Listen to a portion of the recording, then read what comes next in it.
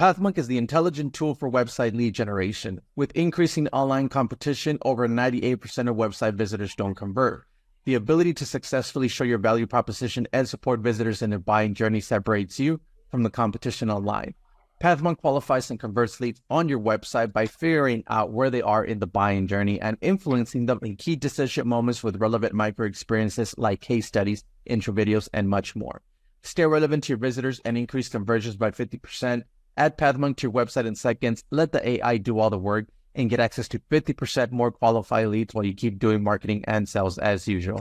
Check us on pathmonk.com. Welcome to today's episode. Let's talk about today's guest. We have Elle from Hunter Marketing, founder and CEO there with them. How are you doing today, Elle?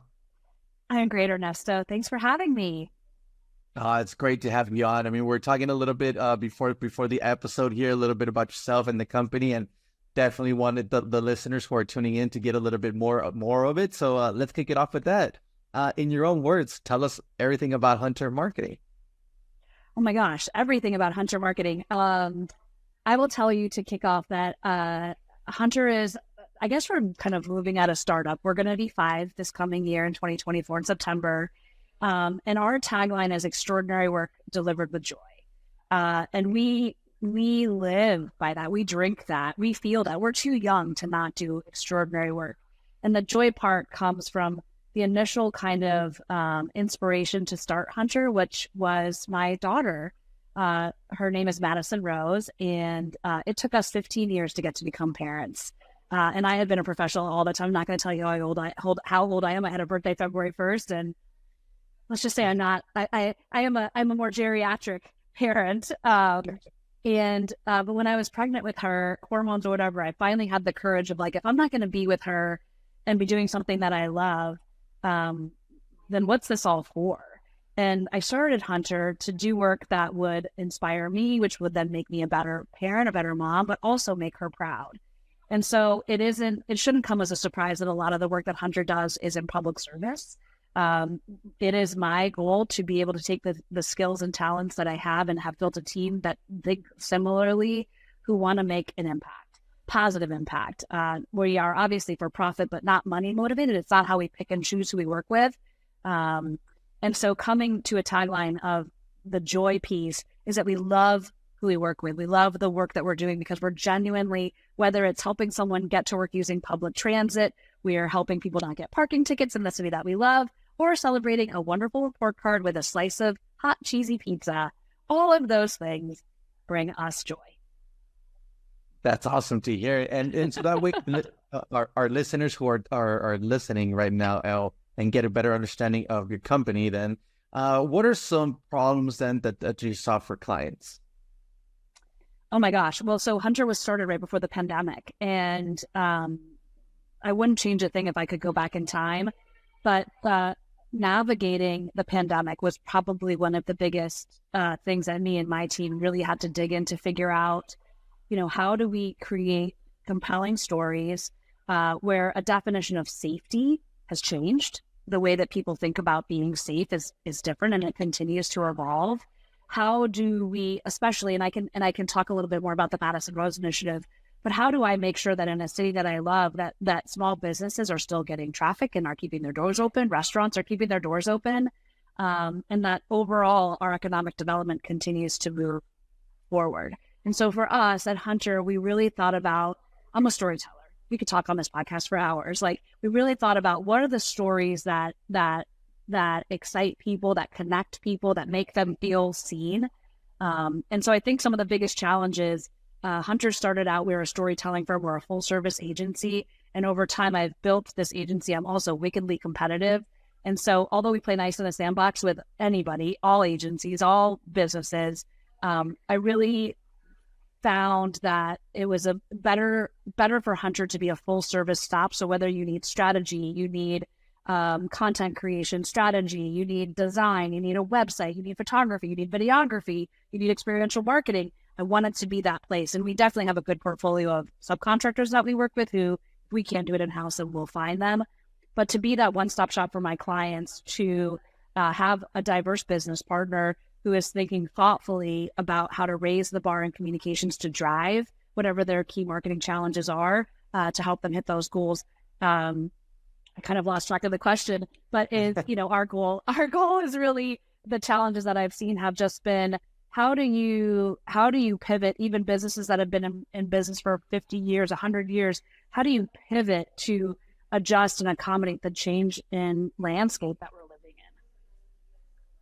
Totally agree. I mean, that's something that everybody's looking for, right? And I mean, don't want to brag here, just want to mention out to our listeners here, right? But hearing you right, I mean, there's a reason why you guys won a Reggie Award, right? And that's you're a mastermind behind it. So I'm glad that you're able to tackle it on.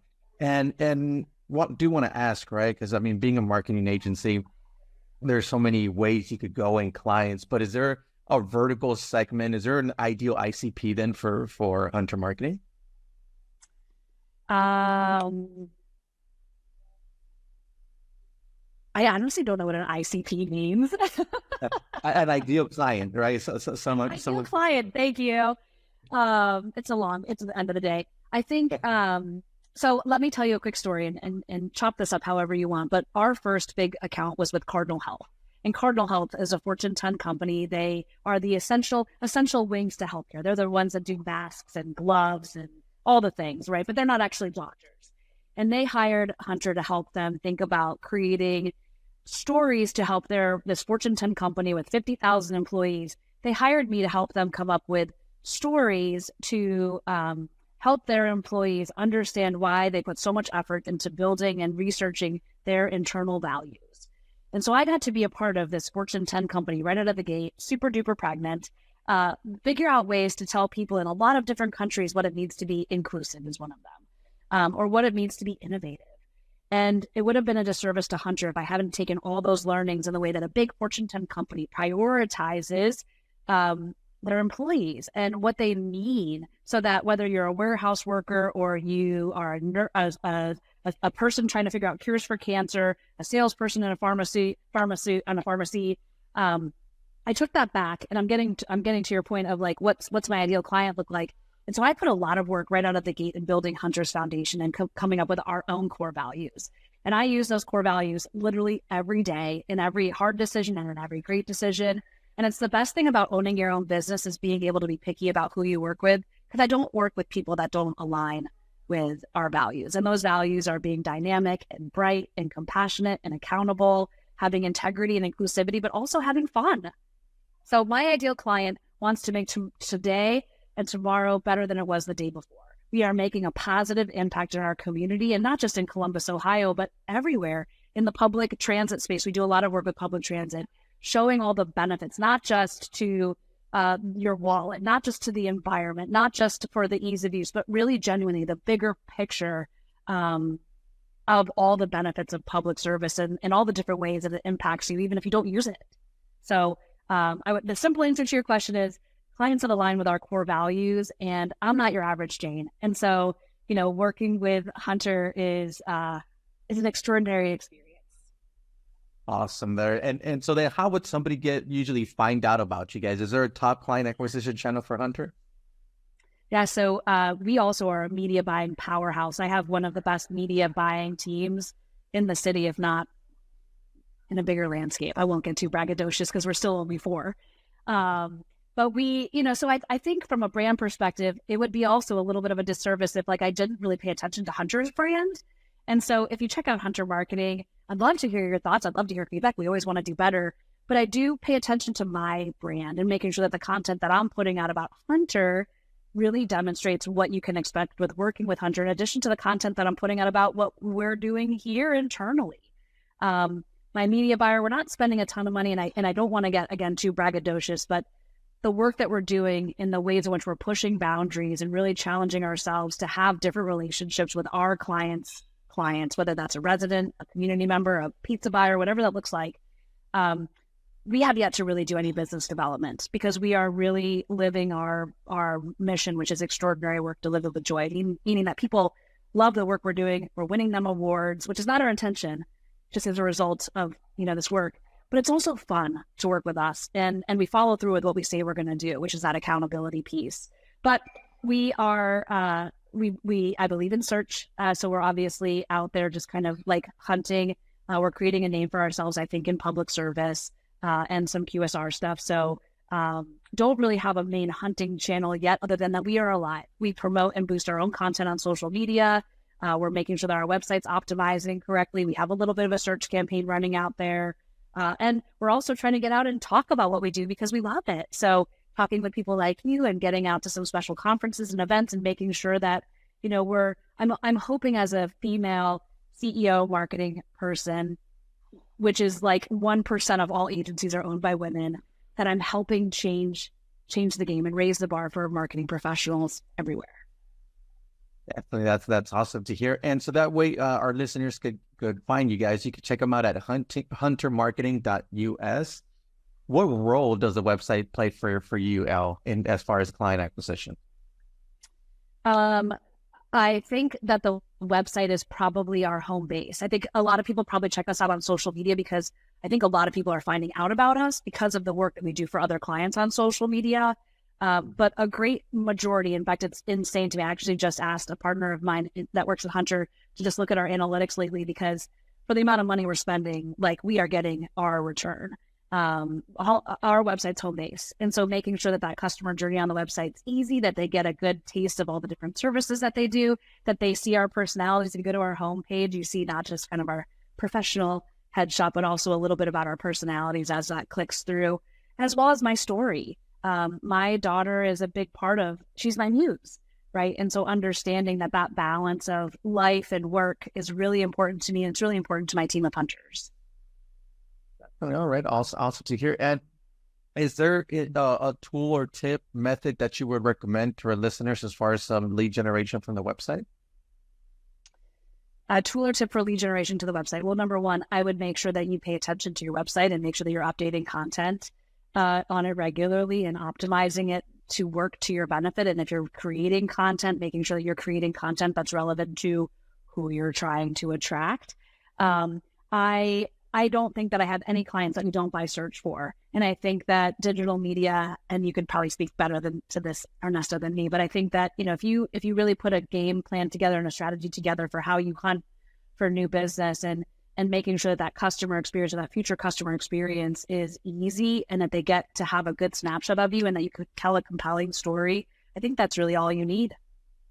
Oh, awesome. Great to hear. You know, some recommendations there from you. Well, Elle, let's switch gears a little bit and talk about you as the leader, you being the founder and CEO there. What does your day look like? What are some key tasks you focus on your day-to-day work? So let me just say, I'm a marketing person. I'm a storyteller. I didn't, when I was growing up, I didn't say like, I want to be a CEO someday. I am, but I'm a marketing person, right? I have found myself in the last 4 or 5 years finding myself in new terrain and have purposely hunted for peers. I lost peers. I'm peers with CMOs. I'm peers with marketing directors and marketing managers and project managers historically. And so one of the ways that I'm working at being a great leader is I'm investing time in myself and surrounding myself with more leaders. I'm a part of groups like Vistage and the National Association of Women Business Owners, participate in groups like ANA, and verticals where my clients are like APTA, American Public Transportation Association. And so I'm constantly looking to learn from my peers, and I've learned not to be afraid to ask questions. I take my leadership role.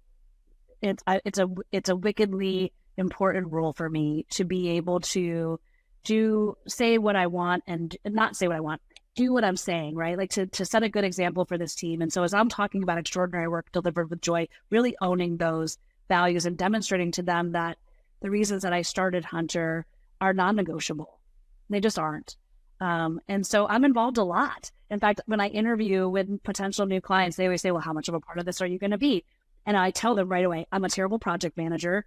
I go too fast, but I'm behind the scenes in the strategy and I love it. And because we really only work with clients that inspire us and tickle us and make us think about new ideas and how to do things differently or better or connect clients. And so from a strategy perspective, I'm super involved in the strategy. I also love, I think media buying is such a romantic thing because it's like the final thing, right? Like all the content that you've created or all the people that you've been thinking about, like that media piece and how you bring it to that customer and their experience with it, regardless of what it is, to me is so romantic. And so I love working hand in hand with my chief media officer and kind of planning out what that looks like, because different audiences receive messaging, as you know. And so I am sleeves rolled up. I'm in it. In fact, I some of my colleagues joke with me that like I'm the last one here most nights, and it's not what I encourage. I encourage work-life balance in a big way. But I also learned through like Vistage, like it's okay to say like I love my job, and I love my job. That's amazing, right? I think, and that's where it defines if it's a job actually, right? If you love it so much, then Right.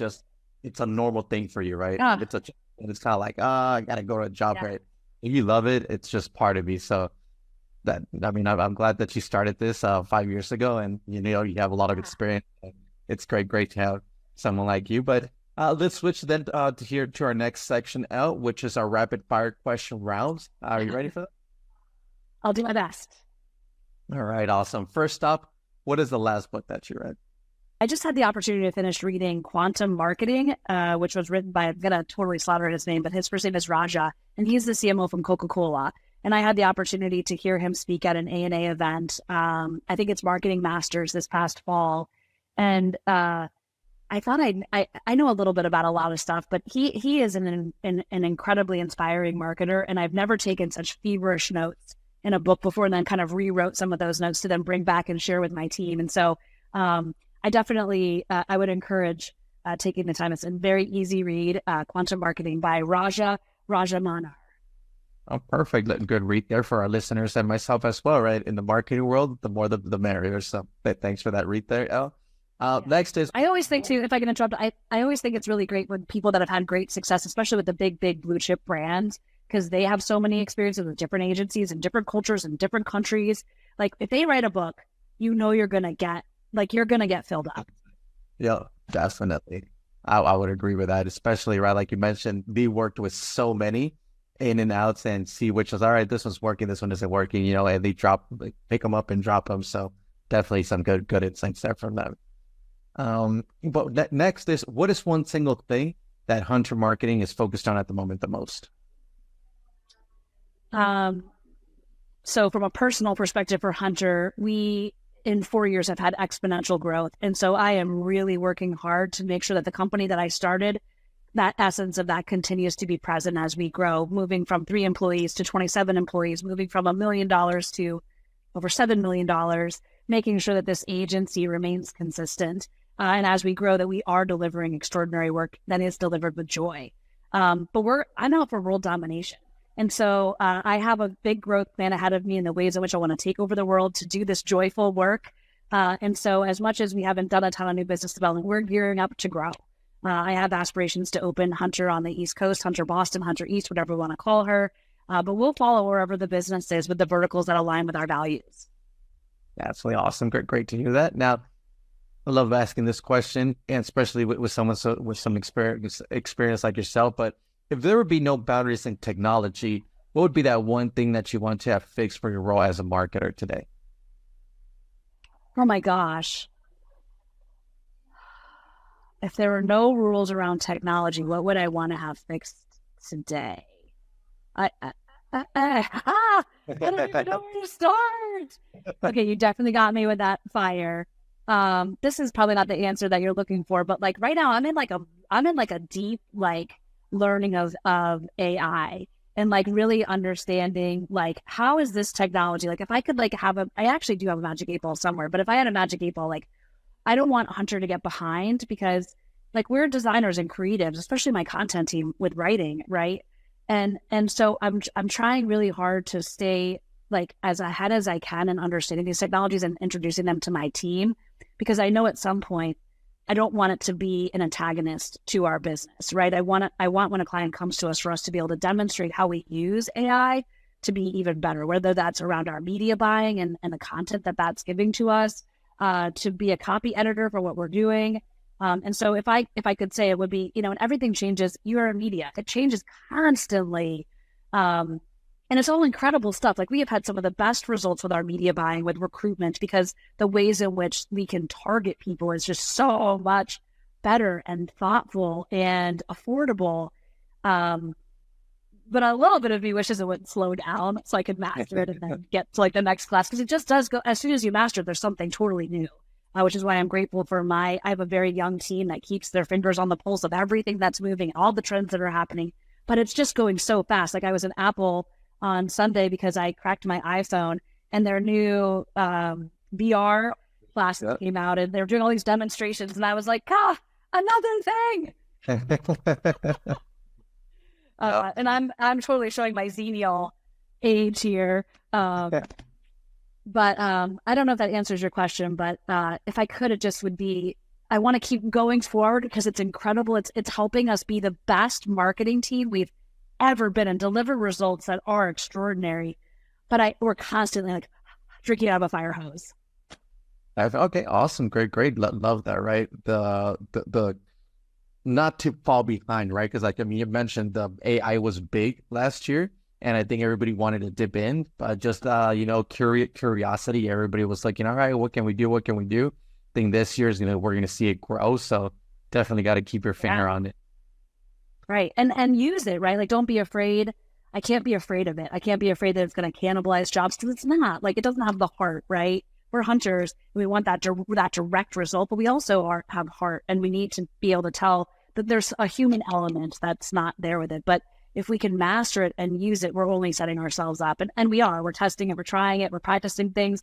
My design team is trying it and testing. My video team is doing that. So thankful for employees who are invested and continue to move forward too. Definitely. Awesome. Great. And well, lastly, Elle, what is one piece of advice that you would give yourself if you were to restart your journey as a marketer today?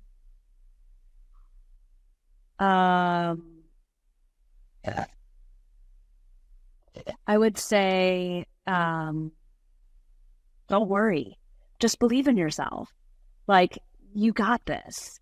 It's the day that I hired my first employee, I had so much anxiety because the responsibility of owning someone's livelihood was really scary and overwhelming for me. And I was so afraid. And I committed to that employee. Her name is Haley, and she still is a hunter today. And she's really important to me. I promised her that if she took a chance on me, and she had just gotten her like first big time job with benefits and salary, and she graduated from OSU recently. I promised her that I wouldn't let her down, and I haven't. But the thing that I'm working on myself is I also am terrible at taking time off.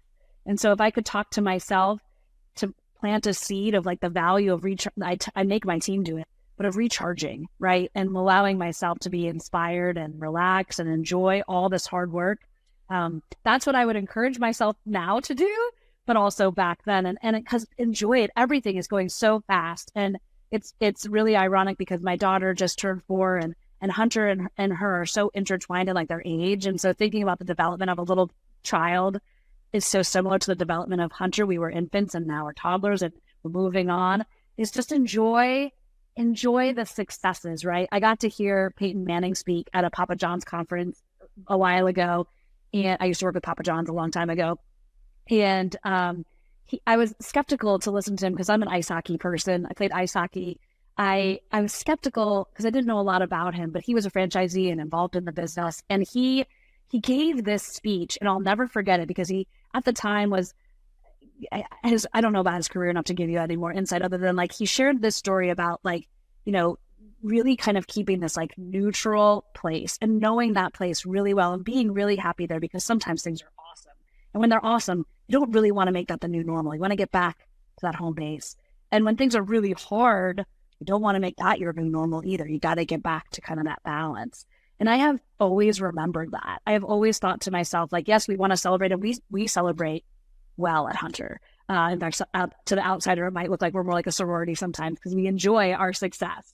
But we also are constantly level setting on, what are the expectations our clients have on us. So that was a long-winded answer to say, one, believe in myself, enjoy the ride, and never get too high and never get too low.